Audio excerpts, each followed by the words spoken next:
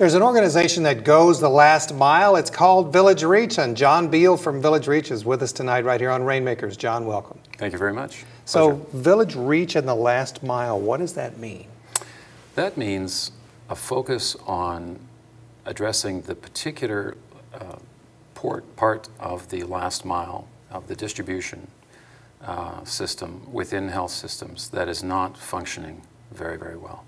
So it's health systems, and what are you're helping to deliver what? We're helping to deliver medical commodities of all sorts: vaccines, essential medicines, bed nets for malaria. There's no distinction in terms of the commodities that we're enabling to supply. The point is to improve the underlying infrastructure that is behind that.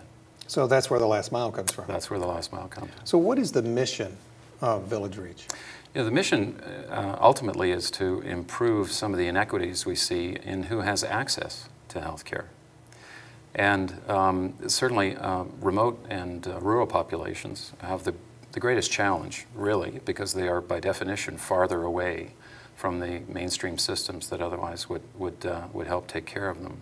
And so that's where our focus has been. It's the last mile of distribution where you see challenges because of underlying gaps in infrastructure and lack of personnel and well-trained personnel that need improvement in order to serve very, very large populations. Well, we've talked about an awful lot. We've talked about healthcare, we've talked about healthcare products, we've talked about the last mile and delivery systems and infrastructure, and that's all under one VillageReach roof. That's all under one VillageReach roof, yes. We have a very, very something of a hybrid model, I guess I would say. You know, we're involved in private enterprise to address some of the gaps in infrastructure.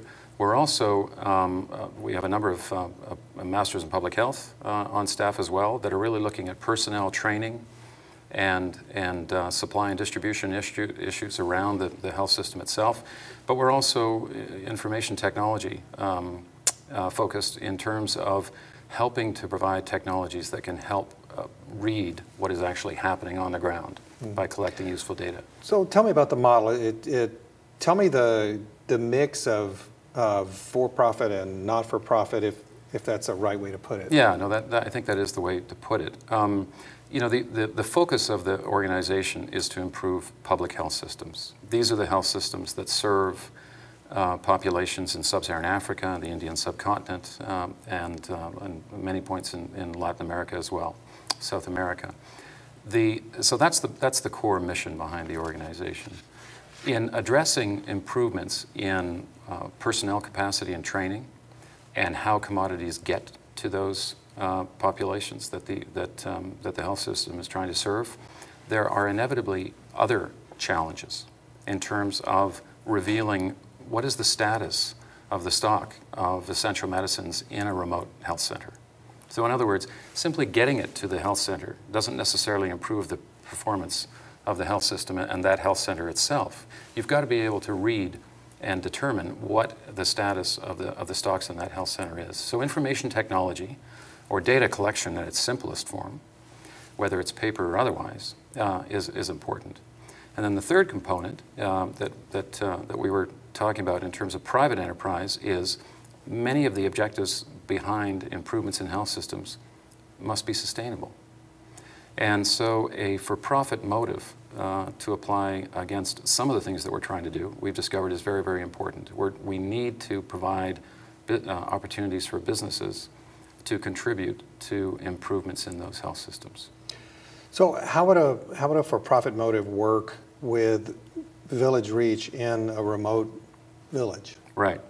Well, I'll give you an example of a business that we have that we own and that we established, we founded in Mozambique.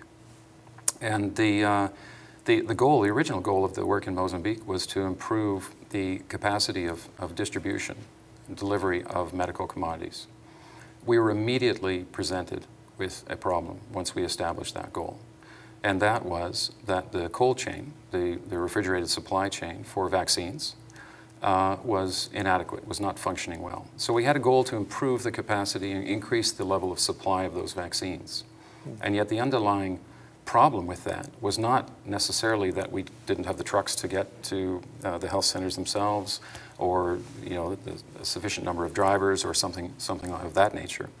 The underlying problem was that there wasn't a ready fuel that was going to be able to affect an increase in that supply. Like gas for cars? Gas for cars. In this case, propane. Kerosene, kerosene has been the norm in many countries for many years as supply for refrigerators. It's a very dirty fuel, high maintenance costs, prohibitively expensive, certainly, if you consider the whole roll-up costs. If you consider trying to launch a business off of that. So you're talking not about gas for cars, but you're talking about gas for refrigerators. I'm talking about gas for refrigerators. And so rather than buying, we had an alternative, we had a choice. Rather than buying the propane, a clean and readily available fuel, certainly in the south part of the country, we could purchase it. We thought there's no sustainability component to that scenario. And so we decided to start a business that would actually supply the propane to health centers. You're immediately faced with the question, well, how would that story evolve over time so that the entity could be profitable? And you need to find other customers. You need to find other businesses and households and what have you that could increase the volume of supply and ultimately help the company reach profitability. And that's exactly what we did.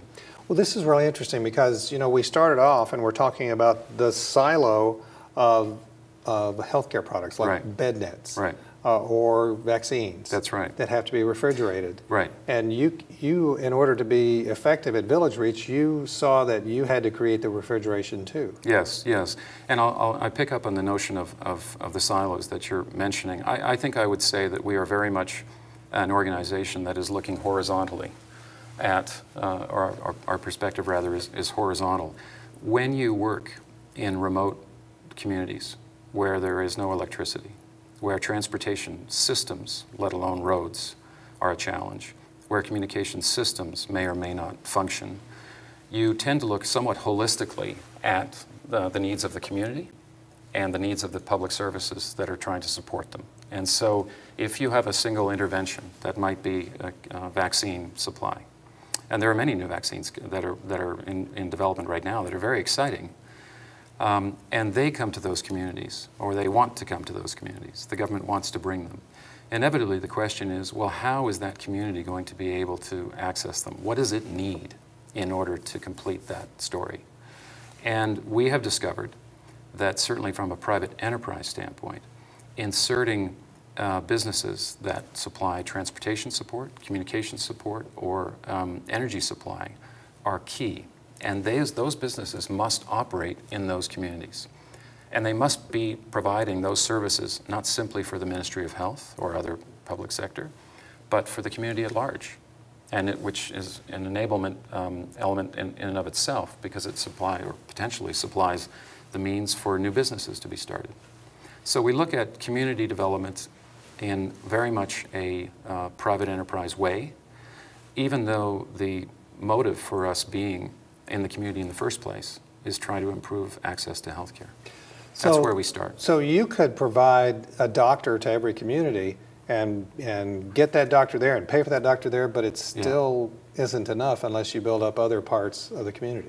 That's correct, yes. And in fact, we're not involved in clinical work ourselves. We leave that to the Ministry of Health. We're trying to improve its capacity. But yes, that's exactly right. We're trying to be the enabler and fulfill the mission, if you will, of what the public health system is trying to achieve in the first place. Interesting, interesting. We're talking with John Beale of VillageReach. We're going to be putting up the website often and during the show, and you probably should go to that website as well, villagereach.org. John, I'm on the website, and I see that we're talking about the last mile challenges, but then I see that the problem is global. Is the problem really global from a last mile standpoint? Oh, it certainly is. It certainly is. There are billions of people who are living disconnected in communities that are disconnected from essential services of any kind.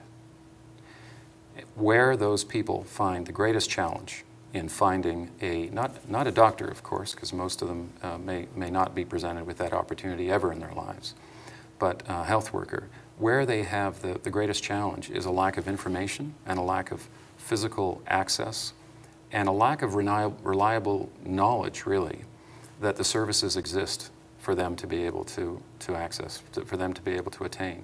So this is a very, very large problem that cuts across all of sub-Saharan Africa. You see this in many, many rural communities, many of which are more connected. And I'm speaking of India, for example, in Indian subcontinent. Many of them are more connected. There's better communication systems in many of the rural communities in India than there is in Africa. But you see this the world over. The last mile, the last fulfillment, if you will, the point of fulfillment of that delivery, of that supply, is missing, because the assumption is by global donors and supporters of global health that the governments will take that responsibility for themselves. And in many cases, they're very, very challenged to do so.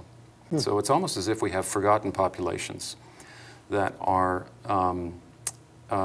officially to be served by public health systems, but because of their remoteness physically and because of where they are in the grand scheme of things, they find it very, very difficult to get access. Well, are there lessons that we're learning, you're learning in what I call impact countries, that can be applied in Western nations, such as the United States? Yes, well, you know, there are, it's interesting. We've done some, we do quite a lot of documenting of both the challenges and the successes and the work that we do in the work we've done in Africa, certainly.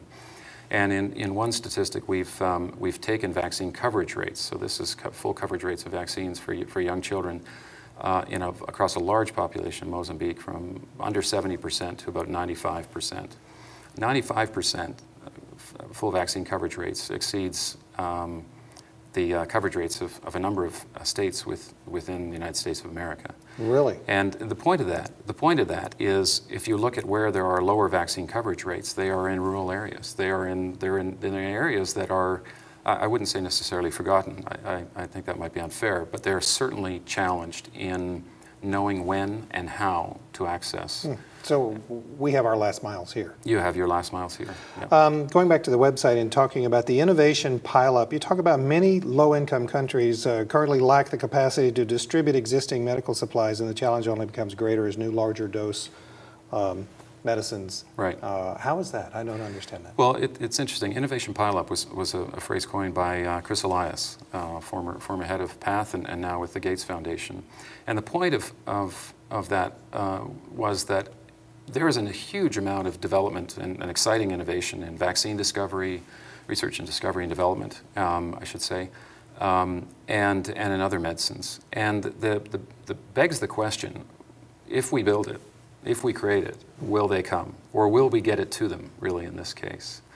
And as I was saying before, there has been a lot of emphasis, I think, on the innovation side, exciting and essential needs for innovation side of development of new drugs and other innovations in the medical field. The distribution of those, I think we've seen less, and research into distribution, I think we've seen much less innovation. Do people in the remote areas of the impact countries, the developing countries, are the new innovations, are there too much of a shock to their system? Well, technology, I come from a technology background, and technology must be right-sized. If we build it, they will not necessarily come. It has to be appropriate for them.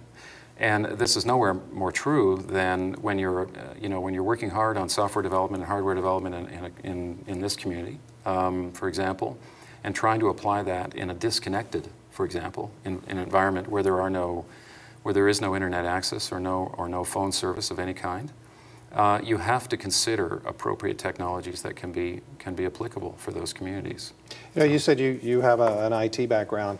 I want to ask about you. Why do you do this? What gets you up in the morning and says, this is going to be a great day? Yeah, well, my background is actually in business and business development and marketing, but most of my career has been focused in the wireless sector. And what is exciting about the wireless sector in general is that it is very it has provided a lot of otherwise disconnected communities with access to information, and I've seen that. I've seen that and been a part of that. I like to think that I'm applying that principle to what we're trying to do with basic health care. The needs are fundamentally very, very, very basic in terms of trying to ensure that these people live healthy lives and get access to economic development and can support themselves and prosper. So that's really the motive. It's a sense of need for greater equality, I think, in terms of access to what every life deserves. Now, you've worked essentially all over the world. I have, and lived in a few other countries as well. And you're still working all Right. over the world, Right. But now it's pretty heavily concentrated in Africa. Right. What can you tell us about the people there? Are they ready for change? Are they grabbing change? Or is there any difference between them and us? No. No. You know, much of my work focuses on the enterprise side, the private enterprise side of what VillageReach is. And they're very capable managers, very knowledgeable people about how to run a business, great attention to detail and understanding of what a customer requires. So I don't see any difference in that sense. Different skill set? Certainly. But different people or motivations or understanding of what the ideal could be that they could achieve? No, I don't think so. In terms of what people deserve or what people feel they should deserve to have, I don't see any difference there at all. I mean, everybody I've ever met feels they deserve quality health care. So. The history of VillageReach, how did it get started? It's not a very old organization. No, it's about just over 10 years, and the original founders for the organization had an interest in addressing a problem that was born out of a civil war and incredible strife in Mozambique, and wanted to fill a ship full of blankets and other commodities and send it over to Mozambique. And they were quite successful with a good portion of their plan. Where they had a big challenge is distributing the commodities once they arrived on shore. In retrospect, I think they would say the challenge of actually filling the vessel and getting the commodities to the shore was the easy part. Once they arrived, the underlying infrastructure of the country could not simply absorb what the task at hand was. Yeah, what does that mean? Does that mean there were no roads or no cars or no what? There are plenty of roads, and there are even communication systems. What there aren't is ready systems to take advantage of that. So it's the distinction between the road and the truck on the road, or the road and the truck on the road and the transportation service to carry those commodities. So in our somewhat biased view of what the health systems need, and certainly what the founders were originally looking at, the lack of private enterprise, organized and efficient, efficiently developed and well-organized logistics systems, an effective supply chain that the information flow through which ensures that everybody knows where the commodities are at any given time. Those are the systems that I think are certainly a challenge. We see that all the time. And the original founders saw that as well. So the question was, well, where should we focus the resources? There's all of this innovation higher up and in global health. There's more vaccines coming, which is exciting. They're going to be expensive. You don't want them to fall off a truck. You don't want them to be poorly managed or not refrigerated well. There's a whole host of different and exciting innovations. What if we didn't actually take care of that underlying and fundamental layer of delivery to make sure that those commodities actually got to those intended recipients? So from the very beginning, you learned it had to be a holistic approach. Absolutely. I know that you work all over the world, and we are focusing tonight on Mozambique, but where does VillageReach work? We work around the world, and actually some of these new projects that we've been working on are really more recent to the organization, and part of this actually, betrays or indicates, I suppose, a new development in terms of how the organization is affecting change. For a number of years, the organization was very much donor and grant focused, and Mozambique and another program in Malawi were the core to that. Increasingly, the work that we've done has taken up some interest of other organizations who want to leverage our technical capabilities in information technology, and and also on the social enterprise side, and in designing efficient improvements to supply chain. So we've worked in Senegal, we've done some work in India, we've worked in Uganda, number of countries that we've expanded to. I think we're up to about 12 or 13 country engagements. A lot of countries in Africa, I mean, a lot of people in the United States, they say Africa as if it is one country. Right. The people are different when you go to different countries, right? Oh, they certainly are. They certainly are. And the people culturally are, which is part of the wonder about having the opportunity to work in different countries. But the other thing is that the underlying systems, the government approach to private enterprise and support for health systems and training of health workers, there are no two supply chains, if I can take it back to the VillageReach model, no two systems to promote private enterprise are the same in any country. I think we could say we've worked in. You do find similarities in some respects. Well, and that's it's interesting work as a result, but it's also certainly a challenge. This is not a cookie cutter established model that you can just sort of apply at any given country. All right, you said two words that I really like, interesting and challenge. So right. What's the most interesting thing that you have found yourself? I think the most interesting thing I've found myself is that the resources we have at hand in the countries that we're working with are much greater than I initially believed to be true. What do you mean by resources? You know, the desire and the willingness on the part of people to help themselves and support the communities. If you consider a remote health center that may be serving somewhere between 20 and maybe 50,000 people, it has no electricity. The only way to get there is to walk. Or maybe a motorcycle on the odd occasion. You have a health worker living in that health center or near it and in that community. And typically she, not he, but sometimes a male as well, but typically she will be posted there for several years. It's a tough engagement, it's a tough life, and it requires incredible amount of commitment. It's hard to imagine, really. Where do these health workers come from? I mean, are they trained? They're trained by the government. Oh, they are local people oftentimes who are trained by the government. You know, they may be, but not necessarily so. That all depends on the resources of the country overall.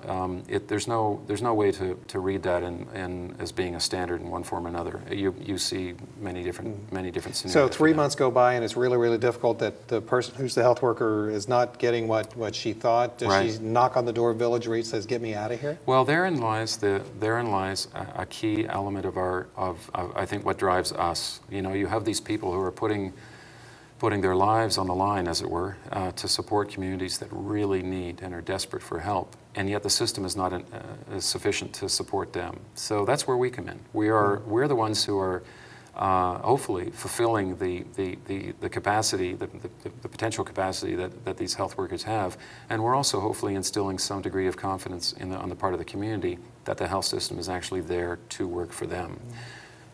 Too often you have mothers carrying their children several miles to a health center. Exactly, yes. And with the expectation, because village elders told them that they should have their children vaccinated, for example. They arrive, there's a stock out of what they were expecting to get, and they've got to come back. They've lost a day or hours at least of time. But they likely to be carrying water. They could have been carrying water. They could have been in the fields working. They could have been doing something else that would have otherwise helped support themselves. And they brought their children, and then they've got it. Now they're told to come back. Oh. That would be a hard thing to convince me to do if I had that level of disappointment and that level of hard work to get there. I might be unmotivated to come or demotivated to come back. So one of the things we're trying to do is improve the health workers' confidence in the system that employs them, and also the part of the community to think that when they come, their expectations will be met. What's your title at VillageReach?